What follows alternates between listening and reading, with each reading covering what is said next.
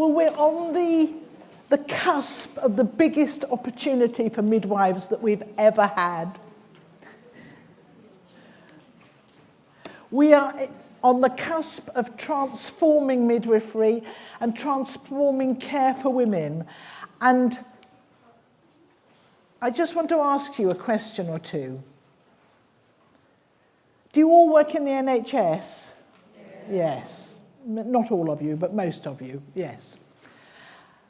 So how do you as an individual want to feel? I would suggest that you want to feel happy. You know, my neighbour did this for me. It's brilliant, isn't it? Popping. I shall ring her tonight and say, thank you, Sheila. I think you want to feel happy. I think you want to feel fulfilled. I think you want to feel that you're making a difference. I think you want to feel respected, loved, and professional. Yes? But actually, how do you feel? The Royal College of Midwives did a big survey of midwives in the NHS. Oh, I think you want to feel useful as well. Yes, I've got that one. Midwives said that having worked a 12-hour shift, they were very, very tired. 62% of midwives said they never were able to do a pee while they were on duty. You're all nodding, yes. 50% of midwives strongly agreed with the statement, I'm worried about making a mistake because I'm so exhausted. 17% of midwives, 1 in 6, were working at least 5 hours overtime every week. Almost half of the midwives said they felt stressed every day or most days, and 18% of them said that they cried at work because of the pressure that I'm under. You're all nodding. This is it. This is midwifery in 2019. The average length of service for newly qualified midwives is 2 years. There are gazillions of midwives in the UK, and they're all in Marks and Spencer's working, or John Lewis, or they're everywhere. Wherever you go. You know, whenever I go to Sainsbury's or anywhere, I say, are you by any chance a midwife? Many midwives feel bullied. And over a third of us would not recommend midwifery as a career. That's a tragedy. It is the most exciting job on the planet. It's just wonderful. Yes? It's just magical. So how can we make it magical? What can we do about it? We can set up continuity of carer. But first of all, before we set up continuity of carer, midwives need to become more resilient, and they need to be more confident. So one of the things that you've got in your bags, a flyer telling about the service that I've set up with my associates, about going around the country setting up continuity of carer schemes. And one of the things we're going to start off with is getting midwives to be more confident and to be more sociable. You see, if you're going to do continuity of carer, you need a really good social life. Oh, can you just wave it at people, please? Thank you. Thank you. You need a really good social life, because you see, when you're on call, if you've only got one date for the whole month, you know, you're going to have coffee with Sue once a month, that will be the day you're called. If you've got 20 things you're doing, you'll be called on one of those, and the other 19 you'll be able to do. But this way of midwifery is all about relationships. Relationships with your clients, yes, but also relationships with your colleagues, relationships with your friends, relationships with your family, relationships with your partner. So before anybody starts looking at continuity of carer, they need to improve their social lives. You all need to sit down and think, make a list of everything you like doing. And some of you will say, I like going to church. Some of you will say, I like going to the gym. I like swimming. I like walking in the park. I like sitting reading. I like watching telly. Make a list of everything you like doing and enjoy doing. Can you hear me at the back all right? Okay, good. Make a list, and then make a list of all the people you like, your family. And see them more often. You need a fabulous social life. And when I say a fabulous social life, I don't mean clubbing every day. I mean, going for coffee with somebody, going out for lunch, going for a walk in the park, taking the dog, all those things. So, make a list of what you like doing. And it's got to be things you like doing, not things you think you ought to do or things you should do. Just please yourself. We have to learn to look after ourselves. We need to put ourselves first, and we need to be really, it makes you resilient. It makes you, then think about the family your family that you can see more often. Only if you want to. If they're not nice, don't see them. The friends you'd like to spend more time with, the people you enjoy, and make an effort and actually see them. Yes, see them. Enjoy yourself. Now, having zizzed up your life a bit, make a list of the midwives in your unit that you would like to work with. Because this is about relationships. This is about working with people that you really like, that you really respect, that you really emulate. So then to get two of you, get a pair of midwives to work as a pair, and then get another pair of midwives and have a team of 4. And that's as big as the teams should be. Any bigger than that, you get burnt out. 4 of you is enough. And then it's because we don't want, the problem we have is obstetricians. We've got far too many obstetricians in this country. They're making birth into an absolute nightmare. We need to get rid of at least a third, probably half of them. No, seriously.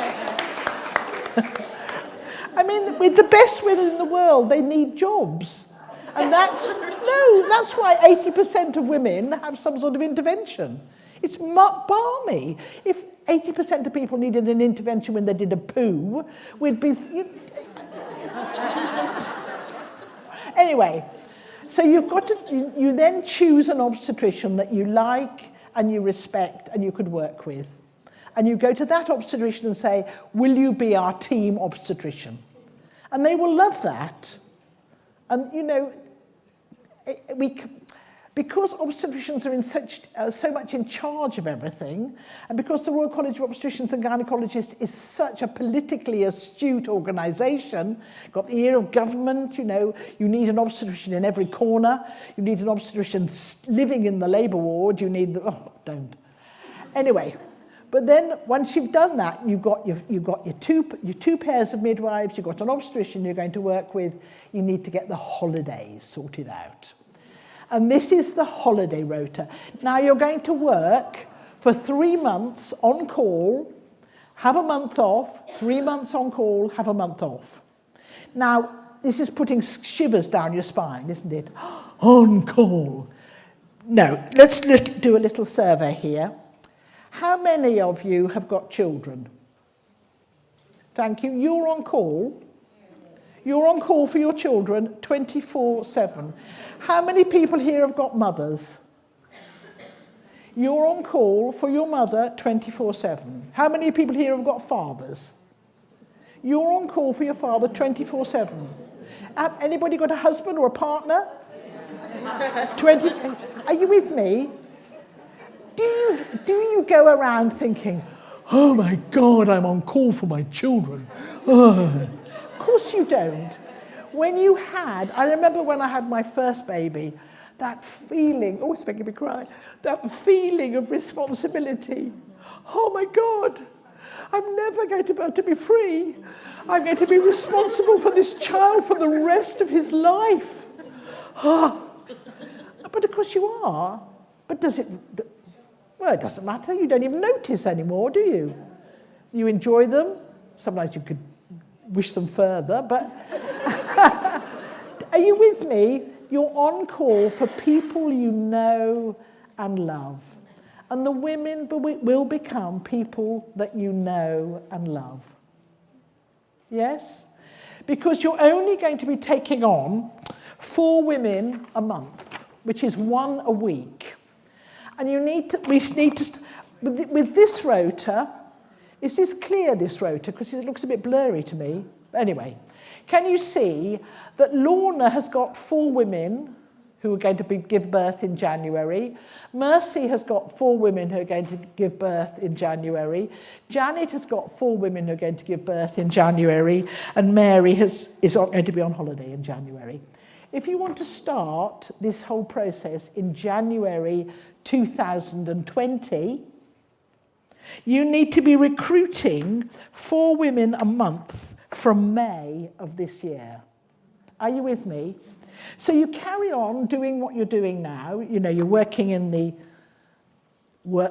delivery suite, or you're working in the antenatal clinic, or you're working somewhere, and you say, I need time to go and book 1 woman a week. And so Lorna, from May of this year, will be booking 4 women who are due in January. And then in June, she's going to see those women again, but she's going to book 4 women who are due in February. Are you with me? And then in July, she's going to book 4 women who are due in March. Yes? She's not going to book any women for April because she's going to be on holiday in April. Are you there? Yes. And in September, she's going to book 4 women who are due in May. Yes? Now, in September, the women who are due in January will be 20 weeks, won't they? So they'll be having a scan, so she won't see them. But are you with me? You never, ever actually see more than 5 women a week, even when it's at its biggest, when you're getting ready to set this up. And then, as you see, by January, you'll all have your caseloads ready. So on January the 1st, the old way stops, and the new way comes in. Easy peasy, yes? Now, you're going to say to me, some of you are going to say to me, I can't be on call because I've got an old elderly mother, or I've got this or that. There's always going to be a need for people to staff a place. Yes? Every woman who comes into the delivery suite will bring her own midwife with her. Can you see that? So if you've got 7 women in labour, you'll have 7 midwives. If you've got 12 women in labour, you'll have 12 midwives. If you've got no women in labour, you'll have no midwives. But you need somebody on the floor who knows where the epidural trolley is, who knows where the IV fluids are kept, who knows how to bleep the registrar. Yep. Okay. I'm not going to do, this is that in close-up. Because I want, that's just a description of what they do.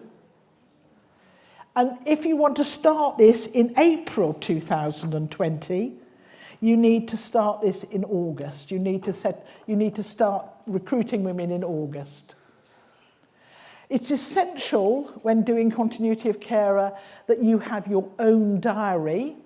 You organise yourself. You give your phone number to your clients. You do your antenatal checks. You attend the births of your January women. You book 4 women due in September, and you do postnatals. You need to meet each other every week. You're going to be working with women that you like. You're going to exchange ideas. It's amazing how quickly you learn things. You're going to enjoy each other's company. You're going to ask each other for advice. You're going to support each other, and you're going to enjoy. You can always contact me, and my phone number is, there it is. Can you see that? The NHS is setting up, is giving funding to set this up.